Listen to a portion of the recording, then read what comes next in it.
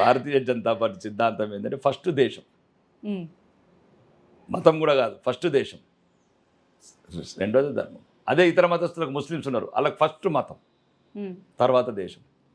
అని అన్న పాలస్తీన్ల మీద తీర సపోర్ట్ కొడతారు పాత బస్తీలా. ఉమ్, 70 కోట్లు రంజాన్కి ఇస్తారు, మరి మా పండుగలకి ఏమి ఇవ్వాలా? మేము మామూలం కాము, మేము మనుషులం కాము, హిందువులం, మాకు పండగలు లేవు, మాకు గుళ్ళు లేవు, మాకు గోపురాలు లేవు. మహాశివరాత్రి అయితే పెంచుతారు, మరి వాళ్ళ ఇతర మతస్థులకు అన్ని ఫ్రీ అంటారు. వాళ్ళలో ఏమన్నాడికి ఫ్రీ ఇస్తారు, వార్తలకు ఫ్రీ ఇస్తారు, నీళ్లు ఫ్రీ ఇస్తారు, కరెంట్ ఫ్రీ ఇస్తారు, ఏమంటారు మాకు హాజీకు దర్శనానికి క్యూలు కట్టి దండలు వేసి పంపిస్తారు. మరి హిందువులు ఏం పాపం చేసినరా? శివరాత్రి అనగానే 50% పెంచుతారు ఆర్టీసీ బస్ రేట్లు. ఏం చేసి చెప్పండి, దీన్ని మీరు చదువుకున్న వాళ్ళు చెప్పండి. నేను ఆయన సింపుల్ ప్రజాస్వామ్యం అంటేనే అందరినీ సమానంగా చూడండి. అదే చెప్తున్నా ఈ విధవలకు, అంటే ఆ మతాలను చూస్తున్నారు, హిందువులను చూడట్లేదు అని అంటున్నారు. మరి ఇంకా మేము హిందువులు ఎటు పోవాలా? మాకున్నది ఒక దేశం, ఓకే, మాకు మా బతుకులు మేము బతుకుతాం అంటున్నాం మేము తప్ప ఇంకొకరు మేము సౌదీలో ఉంటామంటలేము, ఏమన్నా రష్యాలో ఉంటామంటాం. ఎవరి దేశాలు వాళ్ళకు ఉన్నాయి. ముస్లిమ్స్ కన్నా 57 దేశాలు ఉన్నాయి, క్రిస్టియన్స్ కన్నా 150 దేశాలు ఉన్నాయి. మాకున్నది ఒక దేశం.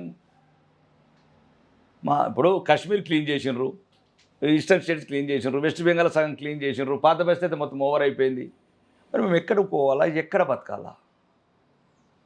గతమంతా గాయాలు, గతమంతా అకృతాలు, అత్యాచారాలు, అన్యాయాలు, అవి తట్టుకొని నిలబడి చావ సినిమా చేస్తారు విధవులు.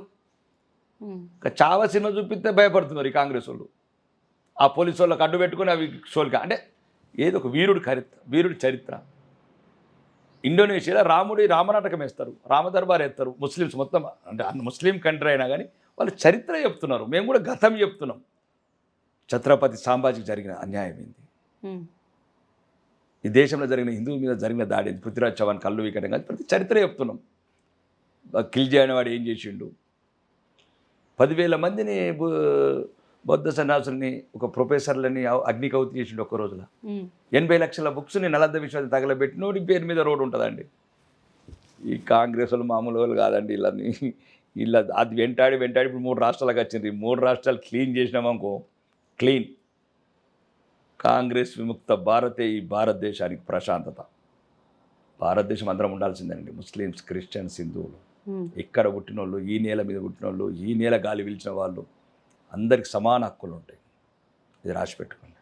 సబ్కా సాత్, సబ్కా విశ్వాస్, సబ్కా వికాస్.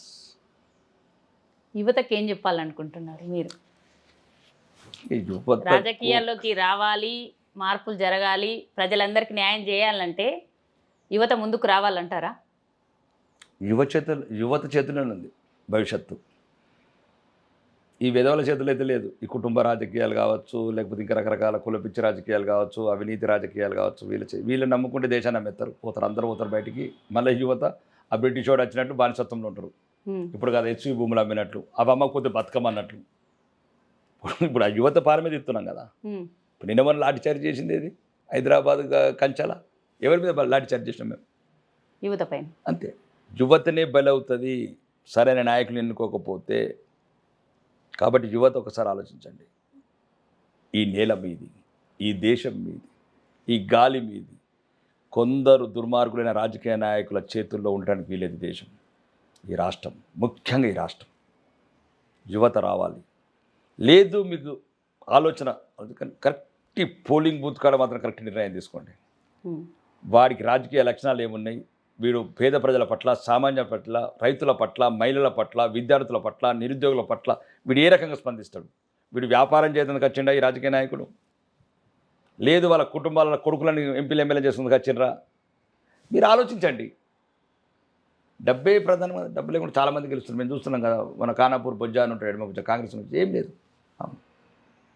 ఉన్నారు మంచోళ్ళు, కాంగ్రెస్ కూడా సీతక్కలు అంటున్నారు, మంచోళ్ళు ఉన్నారు, అట్లేం లేదు. అంటే నేను అదే మంచోళ్ళు కూడా మొత్తం ఇక్కడ ఉంటే బాధ, మంచోళ్ళు కూడా కొందరు ఉండాలి కాంగ్రెస్, లేకపోతే దేశం నమ్మేస్తారు మళ్ళీ. మేము కూడా అప్పుడప్పుడు నేను స్వాగతించేది ఏంటంటే కొంతమంది మంచోళ్ళు కాంగ్రెస్లో కూడా ఉండాలని, లేకపోతే డైరెక్ట్ ముస్లిం లీగ్ అయిపోతుంది. ఇప్పటికే 75% ముస్లిం లీగ్ అయింది, కన్వర్టెడ్ కాంగ్రెస్. ఆ 25% కొంత మంచోళ్ళు ఉన్నారు ఆ పార్టీలో, వాళ్ళు ఉండాలి. లేకపోతే ముస్లిం లీగ్ మమ్మల్ని ఇంకా అగాధ్యం చేస్తారు హిందువుల మీద. కాబట్టి